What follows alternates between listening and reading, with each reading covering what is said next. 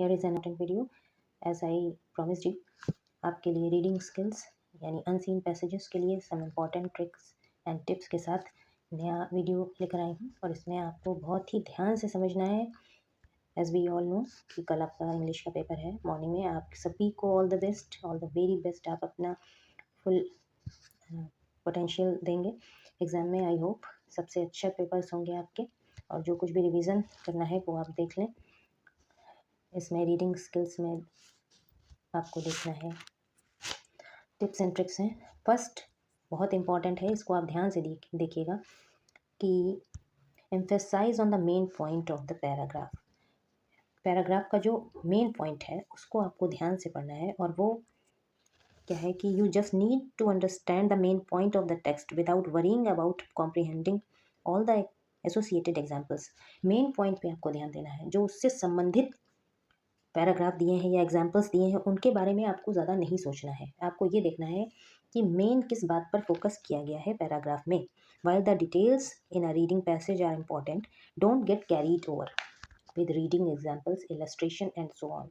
हालांकि बाकी सारी चीज़ें भी इंपॉर्टेंट होती हैं पैसेज में जो दी जाती हैं, लेकिन उनमें उलझ कर नहीं रह जाना है आपको। यानी उसके एग्जाम्पल्स में जो उसका वर्णन किया गया है उसमें नहीं, जो मेन फोकस किस पॉइंट पर किया गया है इसको आपको ध्यान से देखना है।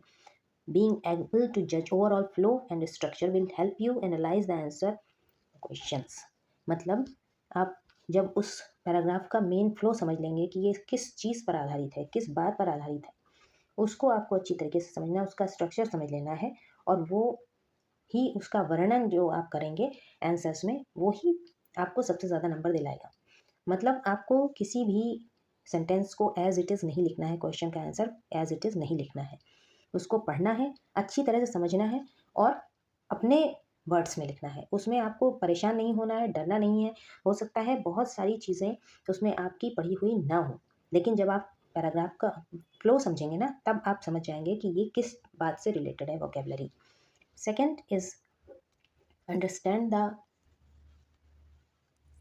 Complete sequence of the paragraph, यानी फ्लो को समझना है कि getting a hand of the flow, organizational structure and the central idea of the passage should be your main priority। आपका मुख्य जो उद्देश्य होना चाहिए पैराग्राफ को पढ़ते समय वो ये होना चाहिए कि उसका संरचनात्मक ढांचा क्या है, वो किस बात पर आधारित है, मेन उसकी थीम क्या है ना। और do you not try to memorise the text as it will only waste your time and confuse you. आप अगर उसको याद करने में पड़ जाएंगे ना और उसको पूरी तरीके से एज इट इज़ लिखने में पड़ जाएंगे तो वो केवल आपका समय खराब करेगा और कुछ नहीं। आपको उसे सिर्फ पढ़ना है और पढ़ने भर में आपको समझ में आ जाएगा कि वो हम अपनी लैंग्वेज में किस तरह से लिखें। फॉर फैक्चुअल और specific points question you can always री रीड द पैसेज। अगर आपको किसी जगह पर समझ में नहीं आता है, कुछ पर्टिकुलर क्वेश्चन आता है, स्पेसिफिक क्वेश्चन आता है, तो उस जगह पर आप री रीड करें, यानी पैराग्राफ को दोबारा से पढ़ लें, उसके फ्लो को और एसेंस को समझ लें, थीम को समझ लें, और फिर अपने शब्दों में बनाकर लिखें एज इट इज़। आप कोशिश करें कि उस लाइन को एज इट इज़ ना लिखें। And third is first of all read the paragraph and then answer the question. हम में से बहुत से ऐसे होते हैं जो केवल क्वेश्चन को पढ़ते हैं सबसे पहले और आंसर देना शुरू कर देते हैं पैराग्राफ के बीच में से ढूंढ ढूंढ के। ऐसा नहीं होता है, ऐसा नहीं करना है। ऐसे करने से आपका क्वेश्चन गलत हो सकता है।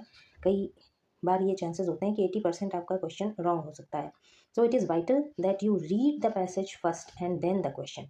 ये ज़रूरी हो जाता है, बहुत आवश्यक है कि सबसे पहले आप पैसेज को पढ़ें और फिर क्वेश्चन का आंसर दें। This will prepare you to focus on the things you need to look for in the passage. ये आपको तैयार करेगा फोकस करने के लिए कि आप पैसेज के ऊपर किस तरीके से फोकस कर रहे हैं, और उससे आप अपने ज़रूरत का जो एसेंस है वो निकाल रहे हैं। Focus on the entire passage and not on a particular part just to answer a question. इस बात का ध्यान रखिए कि पूरे पैसेज को आप पढ़िए, केवल एक पर्टिकुलर पार्ट पर ध्यान मत दीजिए कि उसमें से मैंने अपना रिक्वायर्ड आंसर निकाल लिया और बाकी को छोड़ दिया। नहीं, आपको पूरा पढ़ना है। पूरे पढ़ने से ही आपको सही आंसर तक पहुँचने में आसानी होगी। नेक्स्ट है some words can be taken from the paragraph, यानी कि कुछ वर्ड्स आपको पैराग्राफ से ही मिल जाएंगे। Read the passage first and questions letter and vocabulary can be derived from the text.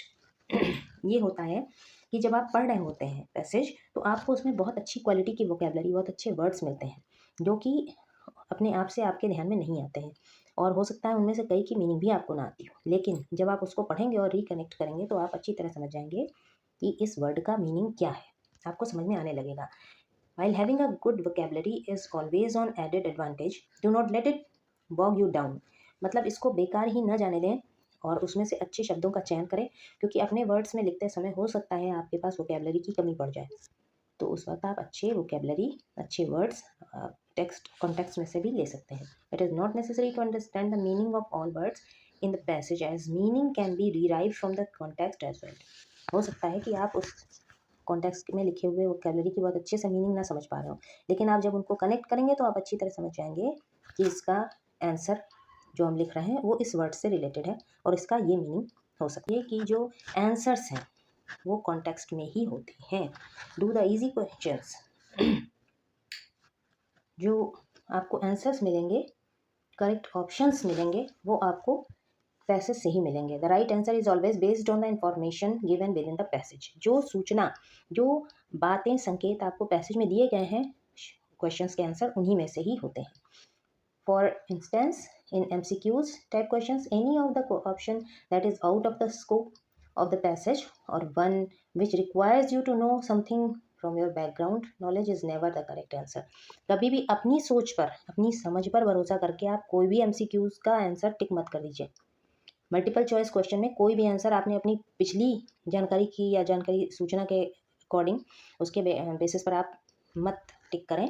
पूरे पैसेज को पढ़कर जो सही करेक्ट आपको आंसर उसमें से दिख रहा है, क्योंकि सारे आंसर्स आपको पैसेज या कॉन्टेक्स्ट में ही दिए रहते हैं, तो आप उनको पढ़कर पूरा भरोसा कर लें, तब आप आंसर को टिक करें, ना कि अपनी पिछली जानकारी के ऊपर आधारित कोई भी आंसर MCQs का मल्टीपल चॉइस क्वेश्चन में टिक करें।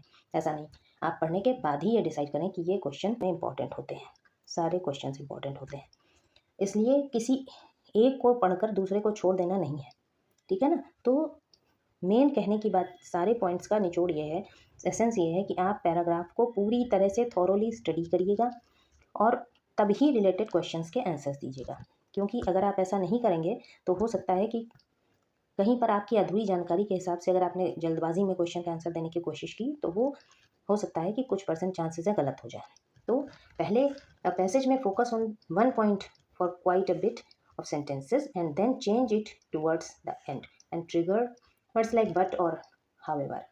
This will usually confuse readers who skim through the passage or rush through in it is haste। So it is always better to read the questions properly। जल्दबाजी में जब reader उसको पढ़ता है ना passage को, तो उसमें कभी कभी लास्ट के जो वर्ड्स, ट्रिगर वर्ड्स आते हैं बट, हाउएवर, तो उसमें कंफ्यूज हो जाता है। अगर उसने पूरा नहीं पढ़ा है तो वो हाउएवर और बट में ही फंस कर रह जाएगा और सही क्वेश्चन के आंसर तक नहीं पहुंच पाएगा, आंसर जो सही होगा उस तक नहीं पहुंच पाएगा। So it is very important to read complete passage. Once again I am going to say कि यही है इसका एसेंस कि आप पूरे पैसेज को पूरी अच्छी तरीके से ध्यान से पढ़िए, ठीक है। और नेक्स्ट है read the table, charts, graph और इंडेक्स प्रॉपर्ली। मतलब अब जो क्वेश्चंस आते हैं इन पैसेजेस में, उसमें बार ग्राफ भी होता है, चार्ट और इंडेक्स वगैरह होते हैं। तो in order to answer the questions related to the factual data that may be given in the form of a table, graph, index, charts, etc. It is necessary to read the information in the table thoroughly। ये बहुत ज़रूरी है कि आप पूरे passage में जितने भी चार्ट्स, बार ग्राफ्स और इंडेक्स टेबल्स हैं उनको अच्छी तरीके से पढ़ें, क्योंकि जो उसमें फैक्चुअल डाटाज होते हैं, फैक्ट पर आधारित जो डाटाज होते हैं, वो इन्हीं बार ग्राफ्स, चार्ट्स और इंडेक्स के ज़रिए दिखाए जाते हैं, इन्हीं के द्वारा दिखाए जाते हैं। तो ये बहुत ज़रूरी है कि आप इनको बहुत अच्छी तरह से ध्यान से समझें, क्योंकि ये केवल फ़ोटो नहीं बनी होती है, इसको अच्छी तरीके से आपको समझना ही होता है और इन्हीं पर आधारित हैं वो आंसर जो बहुत इजी होते हैं। अगर आपने इन टेबल, चार्ट, बार ग्राफ और इंडेक्स को प्रॉपर्ली देख लिया है, अच्छी तरह से समझ लिया है, इनको यूं ही देखकर छोड़ नहीं देना है, इनको अच्छी तरह से समझना है, क्योंकि इससे रिलेटेड जो क्वेश्चन है बहुत ईजी होते हैं, बहुत आंसर्स इसके आसानी से आप दे सकते हैं, आंसर्स को आप बहुत अच्छी तरह से दे सकते हैं। तो गाइज़ एंड करते हैं वीडियो को और बहुत बहुत आप सभी को मोटिवेशन आपको देना चाहते हैं कि बहुत अच्छा पेपर आप करें। All the very best to all of you and I am sure कि आपके पेपर्स बहुत अच्छे होंगे, बहुत ही अच्छे होंगे। कमेंट सेक्शन में लिखिएगा ज़रूर कि कैसे गया आपका paper. So all the very best to all of you and see you in the next video. Till then take care and bye bye.